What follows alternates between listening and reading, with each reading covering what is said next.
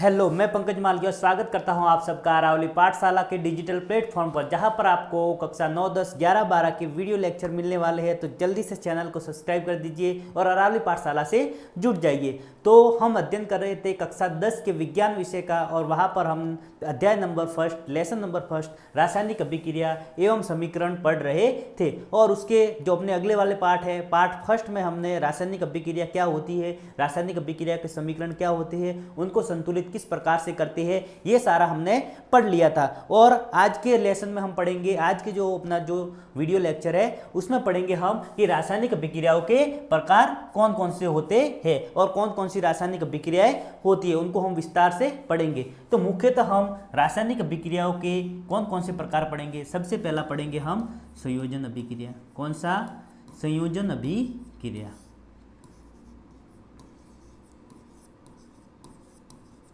उसके बाद संयोजन के साथ लिखो आप ऊष्माक्षेपी।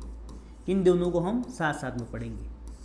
उसके बाद है जस्ट संयोजन की जैसी उल्टी। कौन सी? वियोजन। जैसा संयोजन में होता है उसका उल्टा प्रक्रम किसमें होता है? वियोजन अभिक्रियाओं में। उसके साथ ही हम पढ़ेंगे ऊष्माशोषी।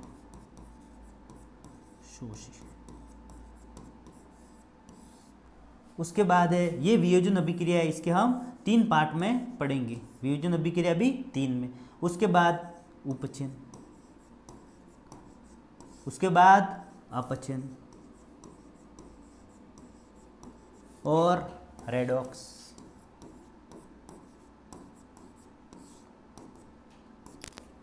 साथ में विस्थापन, द्विविस्थापन।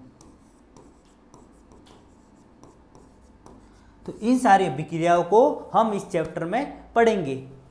तो सबसे हम पहले शुरुआत करेंगे संयोजन अभिक्रिया से। संयोजन नाम का अर्थ ही देखो क्या है? संयोजन मतलब क्या करना है? जोड़ना है। क्या करना है?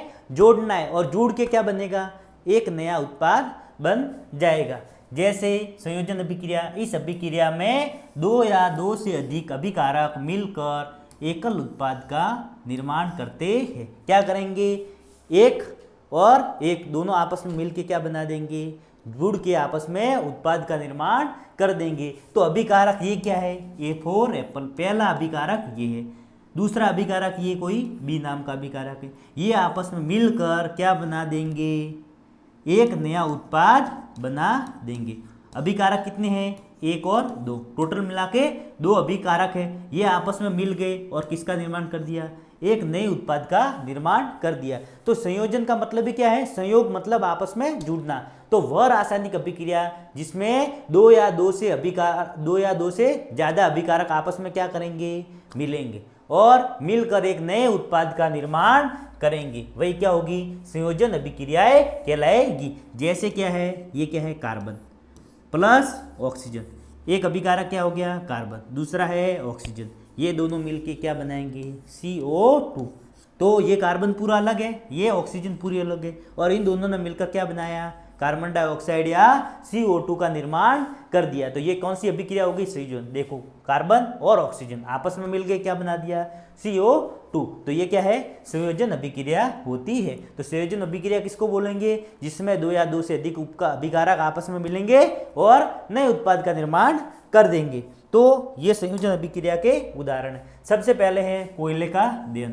तो कार्बन क्या है? कौन सी अवस्था में? ठोस या सॉलिड अवस्था में। उसको क्या करना है? दहन करना है, जलाना है। तो किसके साथ अभिक्रियाएं करवाएंगे?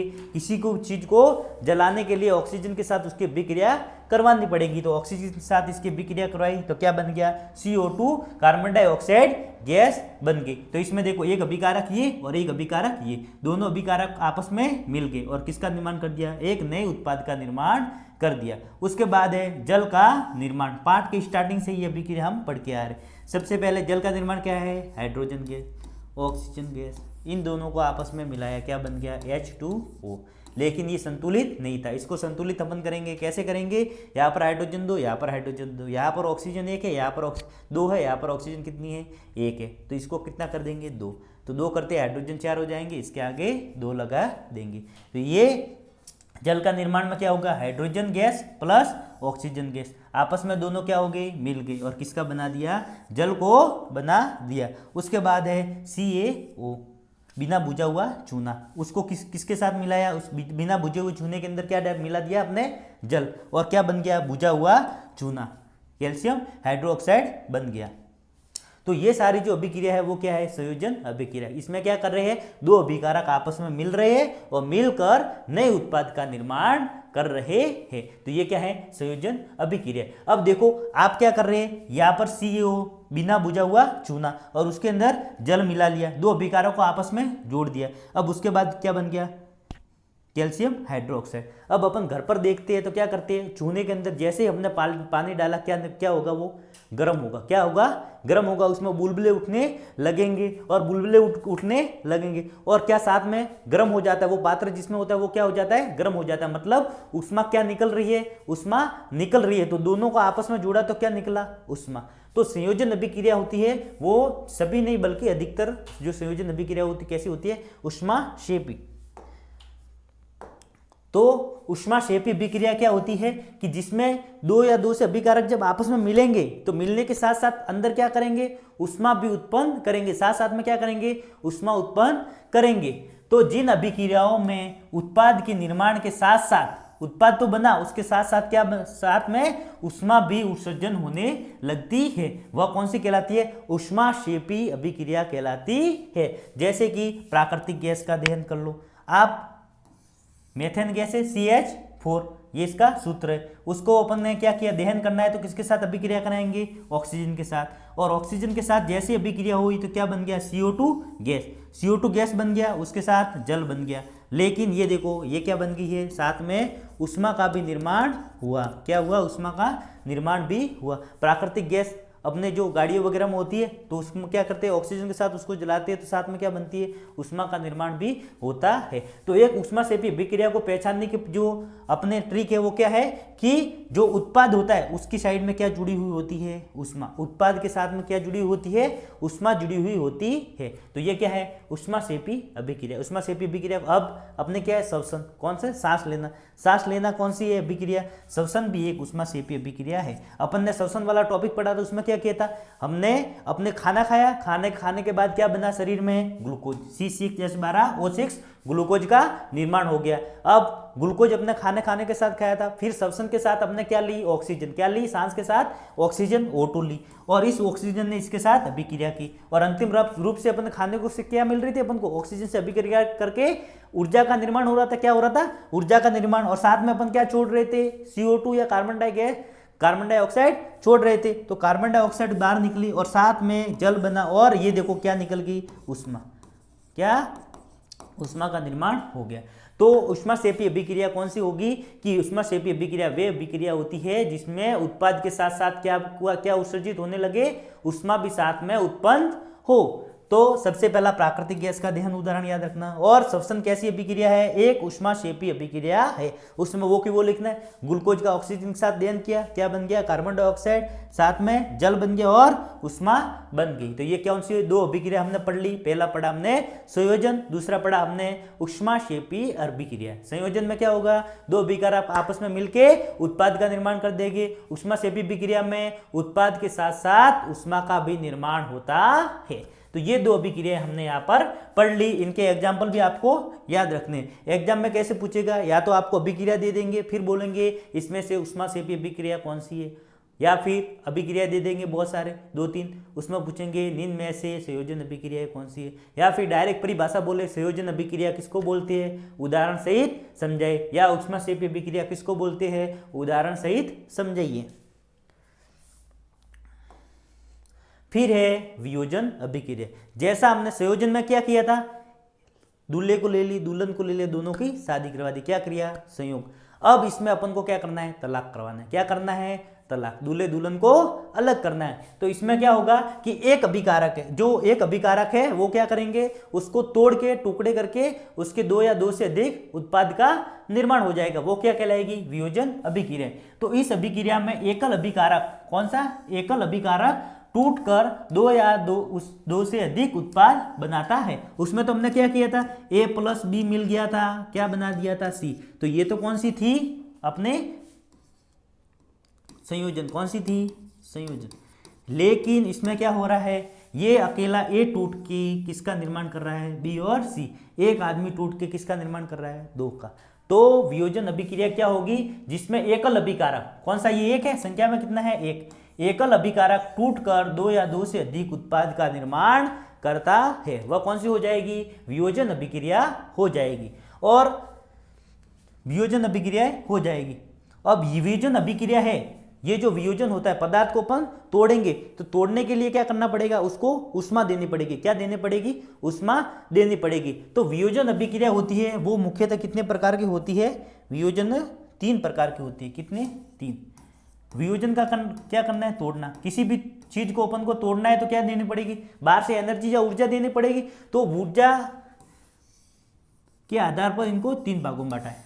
सबसे पहला है प्रकाशीय वियोजन, ऊर्जा के रूप में इसको क्या दे रहे हैं, प्रकाश ऊर्जा। दूसरा है विद्युत अपघटन, अपघटन का मतलब तोड़ना, लेकिन तोड़ रहे किसके, किसके साथ माध्यम से तोड़ रहे, विद्युत के माध्यम से तोड़ेंगे।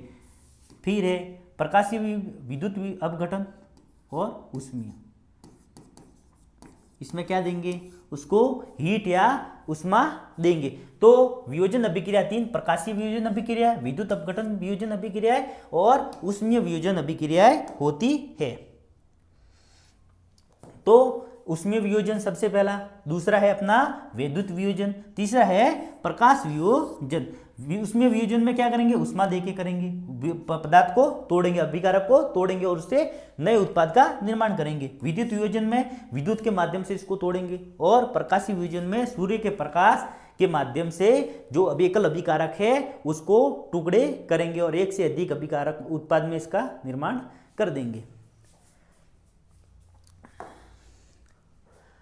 सबसे पहला पढ़ेंगे हम ऊष्मीय वियोजन, उष्मा द्वारा किया गया वियोजन। उष्मा देके क्या करना है, अभिकारक को तोड़ के उत्पाद का निर्माण करना है। तो सबसे पहले ferrous sulphate FeSO4, ferrous sulphate को अपन ने क्या दी, उष्मा दी। क्या दी, उष्मा, या उसको गर्म किया। इसका रंग कैसा था, हरा। कैसा रंग था, हरा।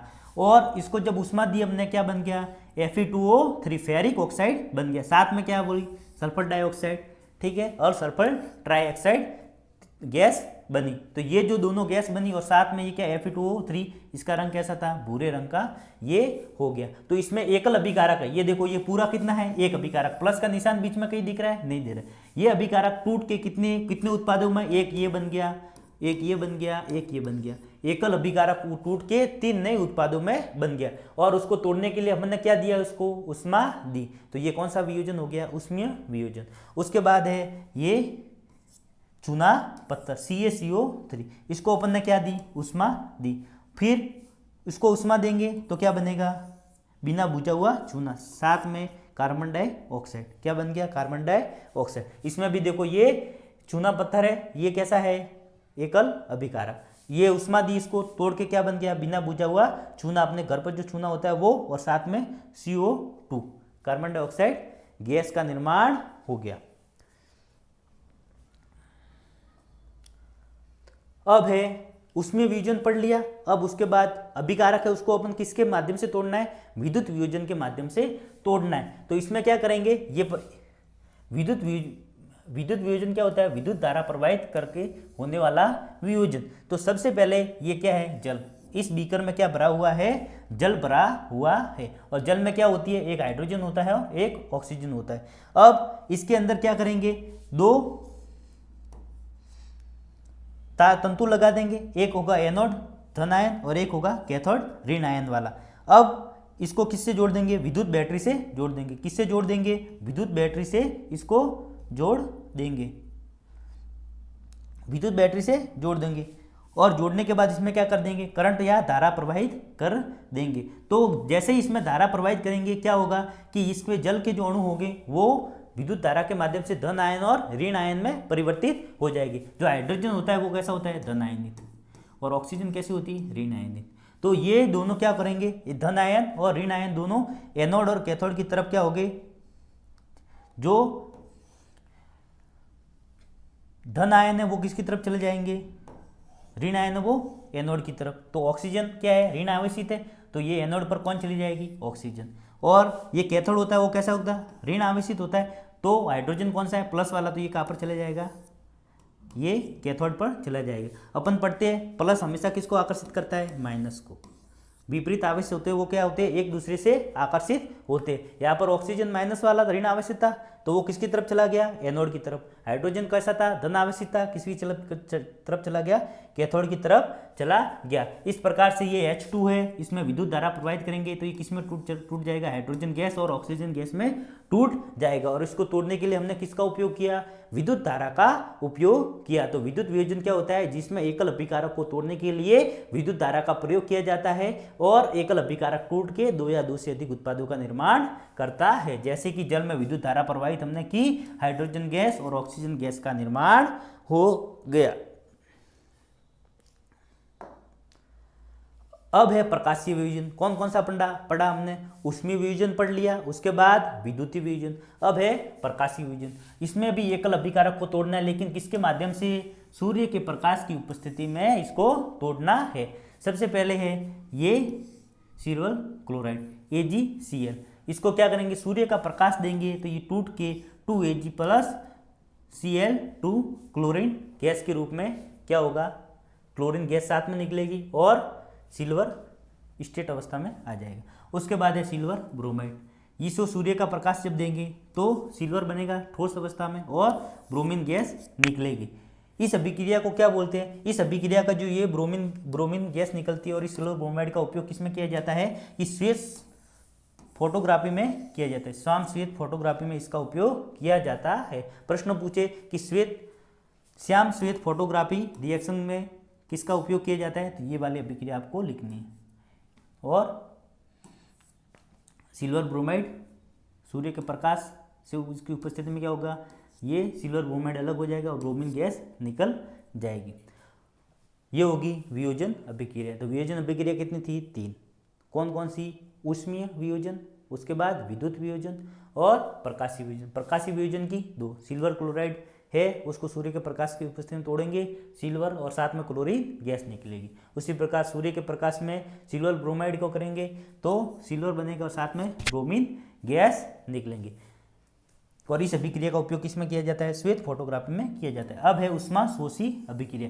ये सारी जितनी अपन ने अभिक्रिया ये वियोजन वाली पढ़ी है, उसमें देखो सब में क्या किया, अभिकारक को तोड़ने के लिए क्या किया, उसको सूर्य का प्रकाश दिया है तो इसमें अभिकारक की तरफ उष्मा होगी। तो इसमें देखो सूर्य का प्रकाश इसको दिया तोड़ने के लिए, वहां पर भी क्या दी थी, ऊर्जा उष्मा दी थी, चाहे वो विद्युत धारा के रूप में हो, यहाँ पर भी देखो।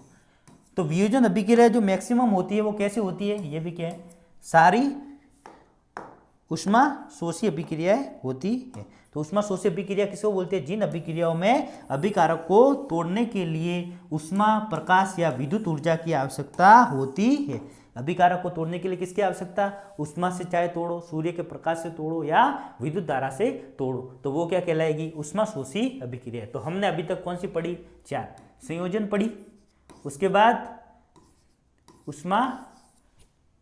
उष्माक्षेपी, उसके बाद तीसरा वियोजन और उसके बाद उष्मा शोषी अभिक्रियाएं पढ़ी। यहाँ पर हो गई 4 अभिक्रिया अपनी पूरी। अब उसके बाद है विस्थापन अभिक्रिया। देखो नाम में क्या है, विस्थापन। विस्थापन मतलब एक स्थान को छोड़ के दूसरे स्थान पर चले जाना, एक स्थान को छोड़कर दूसरे स्थान पर चले जाना क्या होगा, विस्थापन। और ये विस्थापन किस में होगा, अभिक्रियाओं में होगा। लेकिन यहाँ पर लोगों का विस्थापन नहीं बल्कि किसका होगा, तत्वों का विस्थापन होगा। और तत्व का विस्थापन कौन करेगा, अब जैसे दो लड़के, एक लड़का यहाँ पर बैठा है, वो कैसा है, कमजोर सा मरियल है, लेकिन वो वहाँ पर बैठा है, उसकी ताकत क्या है, बहुत ही कम, क्रिया करने की ताकत कितनी है, कम। एक हट्टा कट्टा व्यक्ति गया और उसने क्या किया, उस लड़के के पास जाके वो बैठा, वो डर के मारे क्या हुआ, जो पतला सा व्यक्ति था, जो कम क्रियाशील था, वो क्या हो गया, वहाँ से उठकर दूसरी जगह पर चला गया। तो इसमें जो ज़्यादा ताकतवर था उसने किसको विस्थापित कर दिया, जो दुबला पतला आदमी था उसको विस्थापित कर दिया। उसी प्रकार जो तत्व होते हैं वो क्या करते हैं, क्रिया, एक धातु के साथ दूसरा कितना ज़्यादा उससे रिएक्ट करता है, तो उस क्रियाशीलता के आधार पर ही तत्व क्या होते हैं, जो ज़्यादा क्रियाशील होता है, जो एक दूसरे तत्व के साथ उसका संबंध अच्छा होता है, वो क्या करता है, दूसरे को विस्थापित करके जो उसके साथ में जो तत्व जुड़ा होता है उसको विस्थापित कर देता है और उसकी जगह पर खुद आ जाता है, वही क्या होती है, विस्थापन अभिक्रिया। तो इस अभिक्रिया में अधिक क्रियाशील तत्व के क्रिया करने की शक्ति के अनुसार अधिक क्रियाशील तत्व कम क्रियाशील तत्व को उसके यौगिक से विस्थापित कर देता है। सबसे पहले जैसे यहाँ पर क्या है, फेरस Fe, ठीक है, लोहा है, और ये साथ में क्या है, CuSO4 कॉपर सल्फेट। अब कॉपर सल्फेट के विलयन में ये जो लोहा है ये कॉपर की तुलना में क्या होता है, ज़्यादा रिएक्टिव होगा। तो ये क्या करेगा कि ये Fe आ जाएगा इधर और इसको विस्थापित करके बाहर निकाल देगा, इसको क्या कर देगा, मार पीट के बाहर भगा देगा, और इसकी जगह पर कौन आ जाएगा, Fe।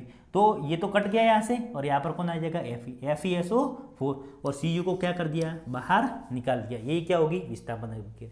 अब इसका प्रयोग करके बताएं। सबसे पहले क्या लेंगे, हम एक परख नली लेंगे। उस परख नली के अंदर क्या करेंगे, एक लोहे की कील डालेंगे। क्या करेंगे, लोहे की कील डालेंगे, और इसको कौन से विलयन में, कॉपर सल्फेट का विलयन। ये विलयन जो नीला कलर का भरा हुआ है ये कौन सा है, कॉपर सल्फेट का विलयन है। उसके अंदर रखेंगे तो क्या होगा कि लोहे की कील पर भूरे रंग की कॉपर की परत जम जाएगी। लोहा है उसकी जगह पर क्या होगा, कॉपर के भूरे रंग की परत जम जाएगी। और CuSO4 के जो नीले कलर का विलयन था, ये जो विलयन नीले रंग का था वो कैसा हो जाएगा, इसका रंग हरा FeSO4 के निर्माण के कारण होता है। ये जो नीला रंग था ये किस में कन्वर्ट हो जाएगा, हरे रंग में कन्वर्ट हो जाएगा। क्यों, क्योंकि जो कॉपर सल्फेट था वो अब किस में बन गया है, फेरिक सल्फेट में बन गया है।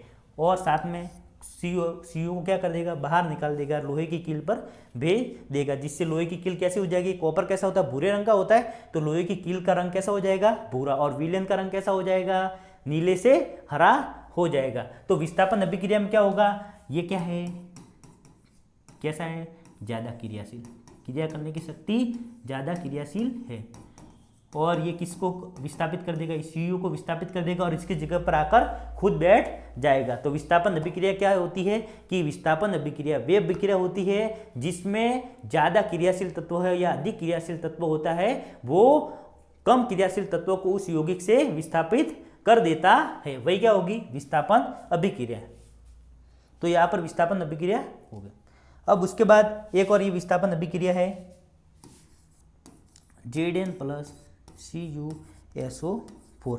अब इसमें ये जिंक है, ये किसको विस्थापित कर देगा, Cus, तो ZnSO4 प्लस क्या बन जाएगा, Cu बाहर निकल जाएगा। इस प्रकार से ये विस्थापन अभिक्रियाएं होती है। इसमें जिंक क्या है, ज़्यादा क्रियाशील है, और ये Cu को क्या कर देगा, विस्थापित करके हटा देगा। तो इस प्रकार से ये क्या होगी, अपने विस्थापन अभिक्रियाएं यहाँ पर हो गई। अब उसके बाद है द्विविस्थापन। इसमें तो क्या था, एक अकेला जा रहा था, दूसरे को विस्थापित कर रहा था, लेकिन वो आगे वाला था वो उसकी जगह पर नहीं जा रहा था। इसमें क्या होगा, दो यौगिक होंगे, एक यौगिक ए और एक यौगिक डी। अब दोनों में एक एक तत्व, ये दोनों क्या करेंगे कि भाई ऐसा कर, तू मेरी जगह पर आ जा, मैं तेरी जगह पर आ जाता हूँ। दोनों क्या करेंगे, दोनों तत्व क्या करेंगे, आपस में अदल बदल या आयनों की अदला बदली हो जाएगी। ये क्या होगी, द्विविस्थापन। दोनों ओर से विस्थापन होगा, दो यौगिक ये, एक यौगिक ये, एक यौगिक ये, दोनों में एक आयन ये, एक आयन ये, दोनों क्या करेंगे, तू मेरी जगह पर आ जा, मैं तेरी जगह पर आ जाता हूं, और आयनों में क्या हो जाएगी, आपस में अदला बदली हो जाएगी। वो कौन सी अभिक्रिया कहलाएगी, द्विविस्थापन अभिक्रियाएं कहलाती है। कौन सी अभिक्रिया हो जाएगी, द्विविस्थापन अभिक्रियाएं हो जाएगी। इस अभिक्रिया में उत्पादों का निर्माण दो यौगिकों के बीच किसकी अदला बदली, आयनों के आदान प्रदान से होती है। इसे क्या बोलते हैं हम, द्विविस्थापन अभिक्रिया। क्या बोलते हैं, द्विविस्थापन अभिक्रिया। अब ये सोडियम सल्फेट का सूत्र है, सोडियम सल्फेट, और ये क्या है, बेरिलियम क्लोराइड। अब ये क्या करेंगे, ये अपने दोनों के बीच में क्या होगा, ये एक दूसरे में आयनों की अदला बदली कर देंगे। तो ये SO2 है, ये कहाँ पर आ जाएगा, इस बेरिलियम के पास, और ये क्लोराइड आयन है, ये कहाँ पर चला जाएगा, सोडियम के पास चला जाएगा, और ये क्या बन जाएगा, बेरिलियम सल्फेट बन गया, और ये बन गया सोडियम क्लोराइड। तो इस प्रकार से क्या हुआ, इन दोनों के बीच में कौन सी अभिक्रिया हुई, द्विविस्थापन अभिक्रिया, मतलब आयनों की अदला बदली हो गई।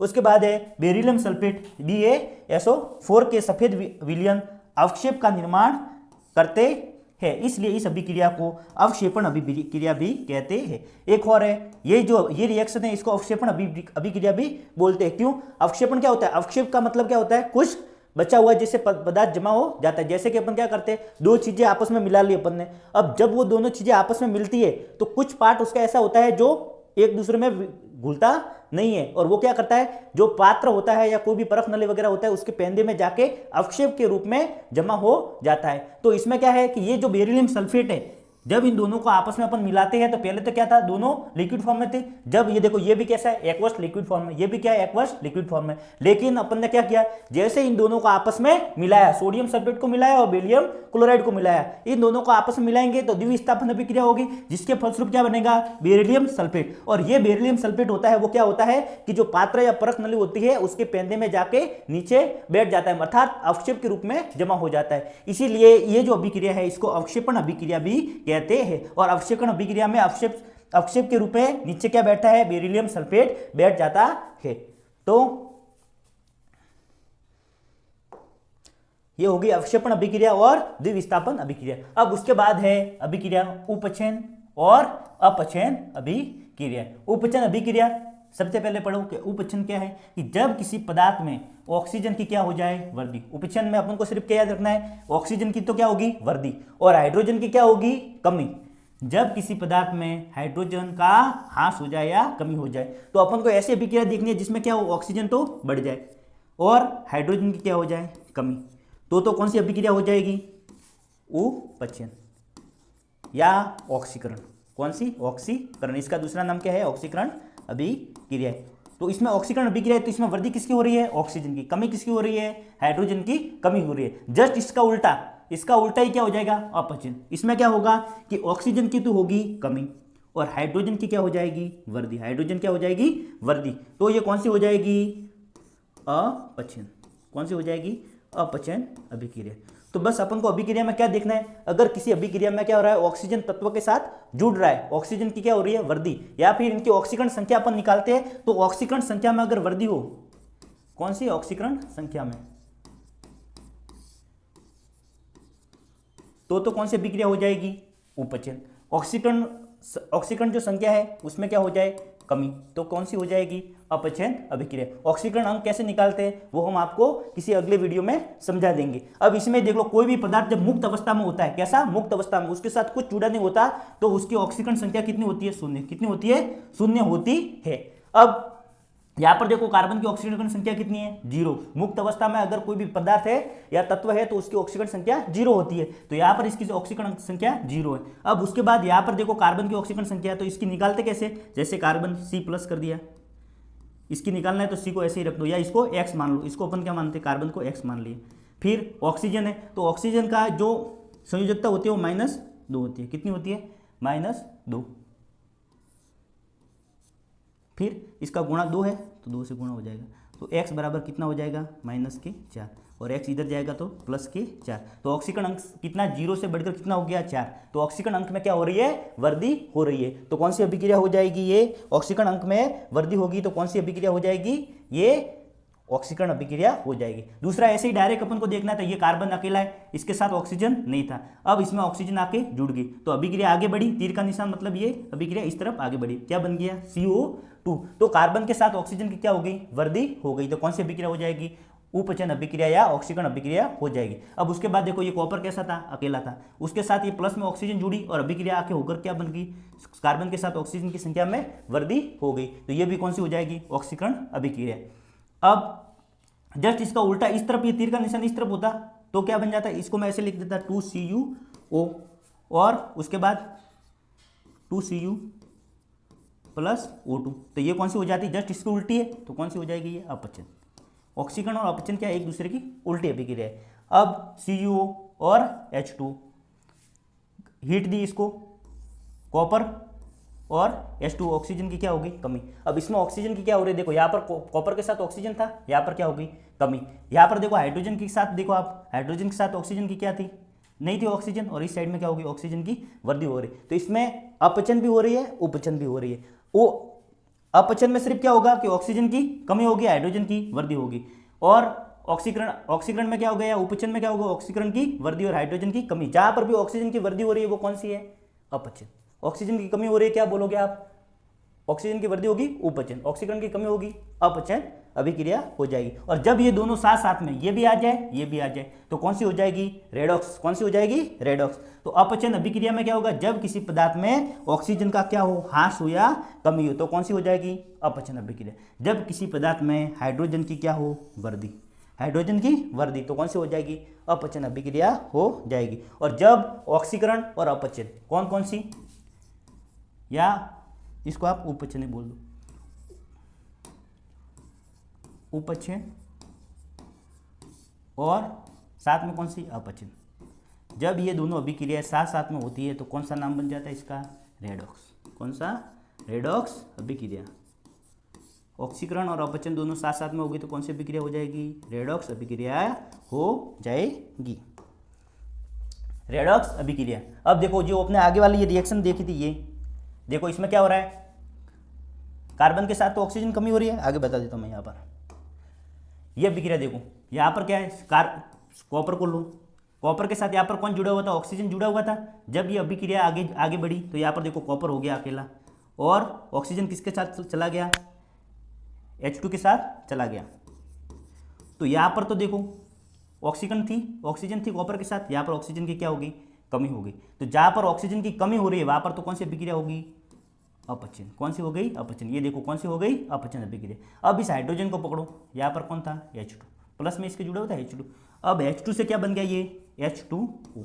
यहाँ पर क्या था ऑक्सीजन नहीं थी लेकिन यहाँ पर ऑक्सीजन की क्या होगी वृद्धि होगी तो कौन सी अभिक्रिया हो जाएगी उपचयन। कौन सी हो जाएगी उपचयन। तो इस अभिक्रिया में कॉपर के साथ तो क्या हो रहा है ऑक्सीजन की कमी, मतलब कॉपर का तो क्या हो रहा है अपचयन हो रहा है, लेकिन हाइड्रोजन का क्या हो रहा है उपचयन हो रहा है। और दोनों क्या हो रहे हैं साथ में हो रहे हैं तो कौन सी अभिक्रिया हो जाएगी रेडॉक्स अभिक्रिया। तो इस अभिक्रिया में क्या है कि रेडॉक्स अभिक्रिया किसको बोलते हैं, प्रश्न पूछे तो कि वह अभिक्रिया जिसमें ऑक्सीकरण तथा अपचयन दोनों साथ साथ में हो तो वो कौन सा कहलाएगा रेडॉक्स अभिक्रिया कहलाएगी। इस अभिक्रिया में कॉपर ऑक्साइड कॉपर में अपचित हो रहा है, क्या हो रहा है कॉपर ऑक्साइड कॉपर में अपचित हो रहा है और हाइड्रोजन उपचित होकर जल बनाता है। हाइड्रोजन क्या रहा है उपचित हो रहा है, ऑक्सीजन की वृद्धि हो रही है। इस अभिक्रिया में उपचयन तथा अपचयन दोनों ही हो रहे हैं, इसे रेडॉक्स अभिक्रिया कहते हैं। आपको प्रत्येक अभिक्रिया की परिभाषा और उसके साथ साथ उसका एक एग्जाम्पल आपको याद रखना है। अब उसके बाद है अपने दैनिक जीवन में जो ऑक्सीकरण है या उपचयन अभिक्रिया के प्रभाव क्या होते हैं। तो सबसे पहला ही प्रभाव क्या है, ये अपन ने अभिक्रिया पढ़ी थी लोहे पे जंग लगने वाली अभिक्रिया। ये देखो यहाँ पर अपन ने जो स्टार्टिंग में जो बैलेंस की थी अपन ने वो क्या था कि लोहे पर जंग लगने वाली अभिक्रिया थी।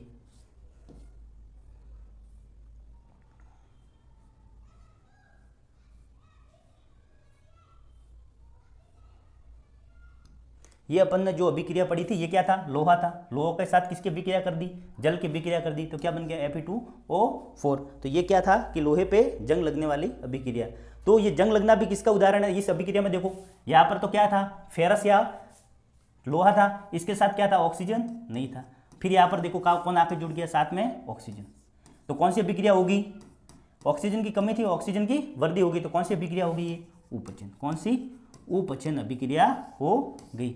तो उपचयन अभिक्रिया होगी तो लोहे पर जंग लगना भी किसका उदाहरण है उपचयन अभिक्रिया का उदाहरण है। तो दैनिक जीवन में उपचयन अभिक्रियाओं के प्रभाव क्या है, तो सबसे पहला है जंग लगना। क्या है जंग लगना, तो इसको क्या बोलते हैं संसारण, संसारण बोलते हैं। जब कोई धातु, जब ये लोहा वगैरह कोई भी धातु होता है वो आर्द्रता मतलब नमी या जल वाष्प के संपर्क में आता है या फिर अम्ल आदि के संपर्क में आता है जिससे धातु की ऊपरी परत क्या हो जाती है कमजोर हो जाती है और संसारित हो जाती है। तो उपचयन का क्या है ये हानिकारक प्रभाव क्या होता है कि कोई भी धातु होती है वो अम्ल या आर्द्रता के संपर्क में आती है तो ऑक्सीजन के साथ रिएक्ट करके क्या कर देगी अपनी परत के ऊपर क्या संसारित हो जाएगी। तो लोहे पर जंग लगता है, उसी प्रकार क्या होता है चांदी पर भी लगता है और कॉपर के ऊपर भी जंग लगता है। ये देखो ये क्या है, घर पर अपन लाते हैं स्टार्टिंग में तब तो कॉपर का मग कैसा है एकदम चमक रहा है, लेकिन थोड़े देर के बाद क्या होता है उसके हरे कलर की परत जम जाती है। फिर मम्मी क्या करती है इसको नींबू लेती है या फिर पीताम्बरी वगैरह लेती है और क्या करती है उसको अच्छे से धो देती है और उसके बाद क्या होगी ये परत है ये ऊपर से हट जाती है और वापस अपना बर्तन क्या लगता है चमकने लगता है। तो संसारण किसको बोलते हैं? जब कोई धातु आर्द्रता, अम्ल आदि के संपर्क में आती है जिससे धातु की ऊपरी परत कमजोर हो जाती है, जिसको संसारण बोलते हैं। लोहे की वस्तुओं पर जंग लगना, चांदी के ऊपर कौन सी परत? काली परत, व तांबे के ऊपर हरी परत चढ़ना संसारण की उदाहरण है। अब ये जंग तो लग गया। अब आपने देखा होगा कि साइकिल अपन चलाते हैं तो उसके आगे का हैंडल है, ठीक है, उसके बाद बहुत सी चीजें होती है, वो कैसी चमकती है। स्टार्टिंग में अपन जब लाते हैं कैसी होती है? चमकने लगती है, लेकिन थोड़े दिन के बाद उसके ऊपर कुछ भी लग जाता है वगैरह तो उसके ऊपर भी जंग लगने लगता है। तो क्यों जंग लगने लगता है? कि स्टार्टिंग में तो उसके ऊपर एक परत लगी हुई थी, वो परत क्या होगी, तो किसी भी कारण से वो वहां से परत हट गई, और हटने से क्या हुआ कि अंदर का लोहा है वो बाहर दिखने लगेगा, और वो लोहा वापस ऑक्सीजन से संपर्क करेगा और क्या हो जाएगा? उसकी सतह संसारित हो जाएगी। तो इस संसारण से बचने के लिए अपन क्या करेंगे? उपाय करेंगे। सबसे पहला है उष्मा यशद लेपन। यशद लेपन क्या होता है कि इस पर ये देखो, अपन घर पर ये इस प्रकार के स्टील वाला बर्तन देखते हैं, इस पर क्या करते हैं? यशद लेपन अर्थात जिंक की होती है वो जस्ते की परत चढ़ा देते हैं, जिससे क्या होगा कि जो अपना लोहा है या अपना लोहा है वो क्या करेगा? वायुमंडल या बाहरी वातावरण के संपर्क में नहीं आएगा। उनके बीच में कौन काम करेगा? ये बीच में कौन आ जाएगा? जिंक। कौन आ जाएगा? जिंक। और ऑक्सीजन के साथ अभिक्रिया नहीं होगी और क्या नहीं लगेगा? उस पर जंग नहीं लगेगा। उसके बाद है विद्युत लेपन। उसके बाद है पेंट करके। घर के दरवाजों पर क्या होता है कि जंग नहीं लग जाए इसके लिए ऊपर उनके ऊपर क्या कर देते हैं? अपन कलर कर देते हैं। तो जंग संसारण से बचने के उपाय क्या है? यशद लेपन, विद्युत लेपन, उसके बाद पेंट करके संसारण को बचाया जा सकता है। उसके बाद है दूसरी विकृत गंधिता। विकृत गंधिता क्या होता है कि अपन क्या करते हैं, जब कोई भी बाहर से खाद्य सामग्री पैकेट फूड लाते हैं उसमें क्या होता है कि बहुत दिनों तक वो पड़े रहते हैं, तो अगर वो खुले रहते हैं तो वो क्या करते हैं? बाहर की वायु से या ऑक्सीजन से अभिक्रिया करके क्या करते हैं कि वो जो खाना होता है वो दूषित हो जाता है या प्रदूषित हो जाता है, और ऐसे खाने को अपन खा लेते हैं तो क्या होता है? अपन बीमार पड़ जाते हैं। तो विकृत गंधिता क्या होती है कि वसायुक्त तेल खाद्य या तेली खाद्य सामग्री वायु के संपर्क में आने पर उपचित हो जाती है। कौन सी अभिक्रिया हो जाती है? उसमें उपचन अभिक्रिया हो जाती है। तो उपचन के लिए क्या करेंगे? उसमें ऑक्सीजन के साथ वो संयोग करके क्या करेंगे? ऑक्सीजन की वृद्धि हो जाएगी, तो उपचित हो जाते हैं, जिससे उनके स्वाद और गंध में परिवर्तन हो जाता है। इसे क्या बोलते हैं? विकृत गंधिता। अब आपने ये कुरकुरे का पैकेट खाया होगा, आप देखेंगे कि जब आप दुकान पे जाते हैं उसमें क्या भरी होती है? कुरकुरे तो निकलते हैं इतने से, लेकिन वो पैकेट कितना इतना बड़ा होता है, बाकी क्या भरी होती है? उसमें हवा भरी होती है। वो हवा कौन सी होती है या वायु कौन सी होती है? वो एक गैस होती है जिसका नाम क्या है? Nitrogen gas. कौन सी गैस? Nitrogen gas. अब इस नाइट्रोजन गैस को इसलिए भरा जाता है कि क्या होगा कि जब नाइट्रोजन गैस उसमें भरी हुई होगी तो वो जो अंदर का खाद्य सामग्री है या खाद्य पदार्थ है वो क्या करेगा? ऑक्सीजन के साथ अभिक्रिया नहीं कर पाएगा और वो उसका क्या नहीं होगा? उपचयन नहीं होगा, इसलिए उसमें क्या भरी जाती है? Nitrogen gas. लेकिन अपन क्या करते हैं कि जगह ज्यादा रोक रहा है उसमें से क्या करेंगे? हवा निकाल देंगे और उसको पड़ा रहने देंगे, और 2-3 दिन बाद खाएंगे, 2-3 दिन बाद खाएंगे, 2-3 दिन बाद अपन को नहीं खाना। क्यों? अगर अपन बाद में खाएंगे तो उसका क्या हो जाएगा? वो उपचित हो जाएगी और उसमें क्या हो जाएगी? विकृत गंधिता। और ऐसा खाना खाने से हम क्या पड़ सकते हैं? बीमार पड़ सकते हैं। दूसरा है, अब ये विकृत गंधिता तो हो गई, अब इसको रोकने के उपाय क्या है? सबसे पहले प्रतिऑक्सीकारक का उपयोग करें। प्रतिऑक्सीकारक का उपयोग करें। प्रतिऑक्सीकारक क्या होते हैं? वे पदार्थ होते हैं जो क्या करते हैं? ऑक्सीजन से अभिक्रिया होने को रोक देते हैं। उसके बाद है वायुरोधी बर्तन, खाद्य सामग्री। अब इस एयर टाइट कंटेनर आते हैं इस प्रकार के, ये क्या करेंगे? इनको जब हम पैक करते हैं तो जो अंदर की खाद्य सामग्री है इसमें हवा जाने का बिल्कुल भी रास्ता नहीं होता, इस प्रकार से पूरा पैक होते, हवा जाने का उसमें कहीं भी मार्ग नहीं होगा, तो जिससे क्या करेंगे? ये बाहर की ऑक्सीजन के साथ अभिक्रिया नहीं कर पाएंगे और उपचित नहीं होगी, तो विकृत गंधिता या खराब नहीं होगी और लंबे समय तक चलेंगे। ये देखो चिप्स भी इसमें डाल दिए, घर पे ला लिए कुरकुरे, चिप्स का पैकेट लाया, उसमें नाइट्रोजन गैस भरी हुई थी दुकान तक, तो हमने क्या किया? उसमें से थोड़ी सी चिप्स खाई, बचा हुआ पैकेट ऐसे नहीं रखना है, अपन क्या करेंगे? एयर टाइट कंटेनर में रख देंगे जिससे चिप्स खराब नहीं होगी। उसके बाद है वायु के स्थान पर कौन सी गैस भरेंगे? नाइट्रोजन गैस को भर के। वायु के स्थान पर कौन सी गैस भरेंगे? नाइट्रोजन। क्यों? नाइट्रोजन एक अक्रिय गैस है, वो क्या करेगी? नाइट्रोजन अपन अक्रिय गैस है, वो इसके साथ रिएक्ट नहीं करेगी। अब है शीतलन द्वारा। शीतलन मतलब फ्रिज वगैरह का उपयोग करके भी हम क्या कर सकते हैं? विकृत गंधिता से बच सकते हैं। तो इसी के साथ अपने जो ये रासायनिक अभिक्रिया वाला चैप्टर है वो यहाँ पर पूरा होता है। अगर आपको वीडियो अच्छी लगी हो तो अरावली पाठशाला को सब्सक्राइब कीजिए और शेयर कीजिए। धन्यवाद। मिलते हैं आपसे अगली क्लास में।